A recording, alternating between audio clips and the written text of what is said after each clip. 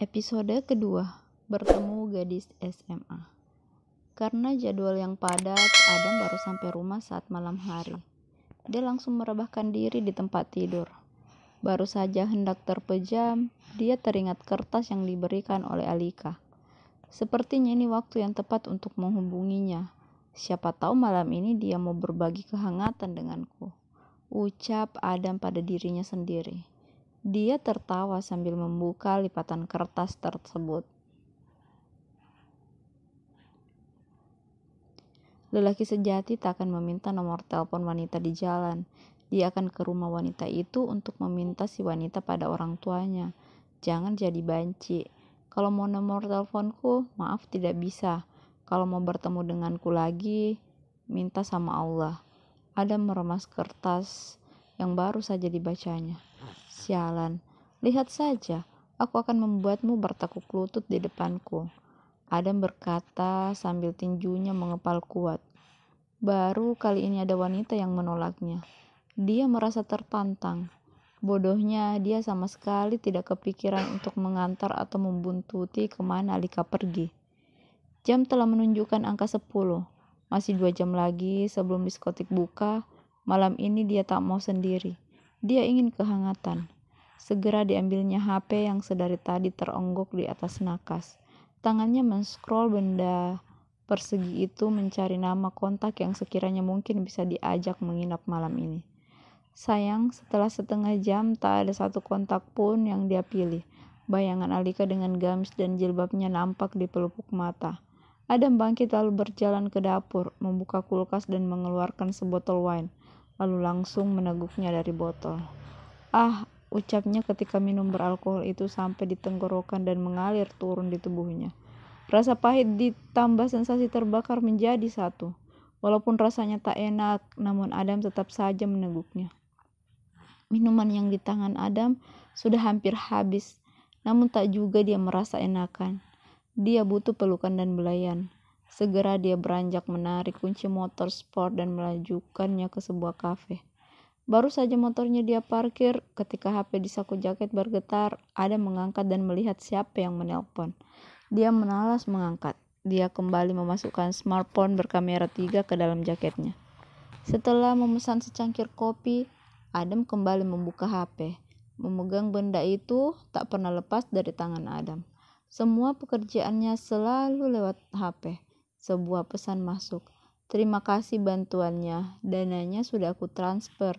Nominalnya aku lebihkan karena kerja bagus dan rapi. Adam kembali men-scroll benda tipis itu. Lalu nampak pemberitahuan. Jumlah nominal transferan bibirnya menarik. Lengkungan membentuk senyum samar. Dia kembali membayangkan insiden tadi pagi. Sebenarnya dia dibayar khusus oleh lelaki yang menggerebek mereka tadi pagi, karena dia tak tahu alasan apa yang bisa digunakan untuk menceraikan wanita yang sudah bersamanya selama kurang lebih 30 tahun. Sedangkan kekasih gelapnya minta untuk dinikahi segera. Jadilah Adam yang dibayar untuk menggoda istri lelaki itu. Pekerjaan yang gampang tapi butuh waktu yang lama. Adam harus menghabiskan waktu 3 bulan hingga akhirnya wanita itu terkluk di pelukannya. Entah bagaimana nasib wanita itu sekarang. Adam tampil pusing. Baginya itu semua hanya bisnis. Siapa yang membayarnya paling tinggi, maka itu yang akan mendapatkan baktinya. Tanpa Adam ketahui, ternyata seorang wanita sedang memperhatikan dirinya. Beberapa kali wanita itu memberi kode, namun Adam tak peka. Sampai akhirnya wanita itu memberanikan diri untuk bangkit dari tempatnya duduk dan menyapa Adam.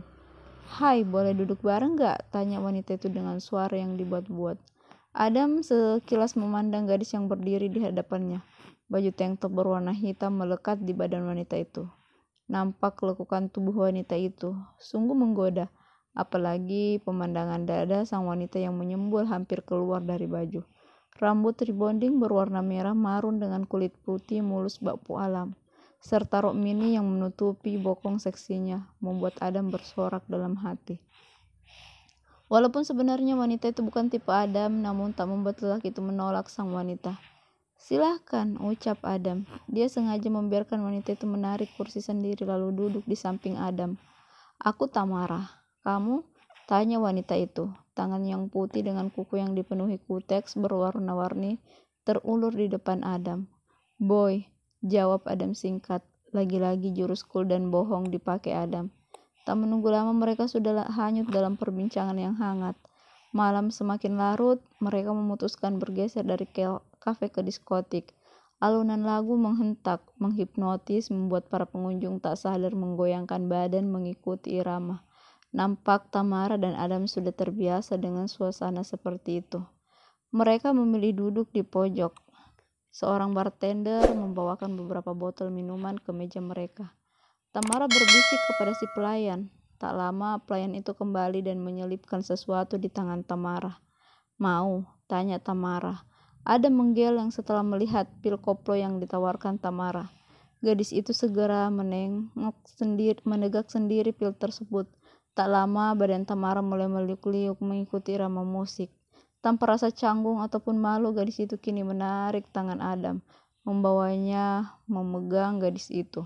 Setengah jam berlalu, entah sudah berapa sloki mereka habiskan berdua. Tamara menarik tangan Adam untuk turun ke lantai diskotik, berbaur dengan para pengunjung yang sedang berjoget ria. Tak segan-segan Tamara sudah berani melingkarkan tangan di leher Adam. Adam pun membalas dengan memeluk pinggang Tamara. Mereka bergoyang bersama, dan entah siapa yang memulai duluan. Adam dan Tamara telah bertemu menciptakan ciuman yang panas. Tangan Adam mulai bergerilya menyapu setiap inci punggung Tamara yang tertutup rambut. Sedangkan tangan Tamara tak mau kalah. Dia melingkarkan kedua tangannya di leher Adam, membuat lelaki itu sedikit menunduk. Posisi Adam yang sakit menunduk membuatnya langsung menjelajahi setiap inci leher jenjang Tamara, membuat mata gadis itu terpejam tatkala kumis tipis Adam menyapu lembut leher gadis itu. Ada sensasi yang sulit diungkapkan dengan kata-kata. Kembali mereka memutuskan untuk pergi dari diskotik, dan sekarang mereka sudah berada di sebuah apartemen milik Tamara. Mereka masuk tergesa-gesa, bahkan lampu pun mereka tak nyalakan.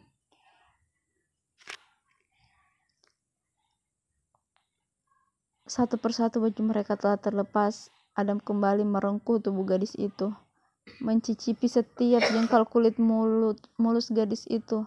Lalu dia membawa Tamara ke dalam surga dunia. Terulang hingga berkali-kali, sampai akhirnya mereka kelelahan dan tertidur. Adam dan Tamara terbangun bersama ketika mendengar suara ketukan di pintu. Tamara melirik jam di nakas. Ternyata sudah jam 10 pagi. Dia kelabakan karena yang datang adalah pacarnya. "Aduh, mati aku, bisa diputusin akunya," ucap Tamara panik. Sedangkan Adam hanya biasa-biasa saja. Dia sudah sering menghadapi situasi seperti ini, sehingga dia sudah paham apa yang akan terjadi selanjutnya. "Sayang, buka pintunya dong, aku datang nih," suara dari luar masih terdengar kencang.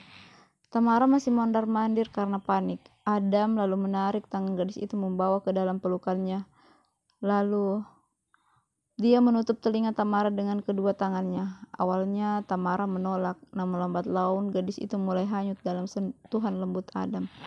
Gadis itu tak lagi memperdulikan gendoran di pintu Adam. Berhasil mengalihkan fokus gadis itu sampai mereka kembali saling bergumam dalam selimut. Hingga akhirnya Tamara tertidur.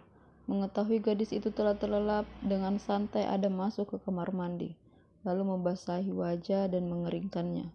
Kemudian memakai baju dan keluar dari apartemen Tamara tanpa membangunkan gadis itu. Saat membuka pintu, nampak seorang lelaki memakai seragam SMA dengan berdiri dan menatap tak percaya ketika Adam keluar. Adam tak menggubris lelaki itu, dia berlalu pergi. "Sialan," umpat Adam. Dia kesel kenapa tak menyadari kalau Tamara itu masih SMA. Selama ini dia selalu bermain aman, tak mau terlibat dengan gadis-gadis labil atau bucin. Adam melajukan mobilnya dan meninggalkan apartemen. Dia berharap takkan bertemu dengan gadis itu lagi.